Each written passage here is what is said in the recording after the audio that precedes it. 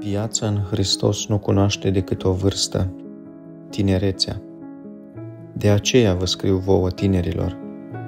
Ucenicul iubirii, apostolul Ioan, este chemat la o vârstă fragedă să-L urmeze pe Domnul. La doar 23 de ani ia cea mai importantă decizie a vieții lui, aceea de a-L urma pe Domnul.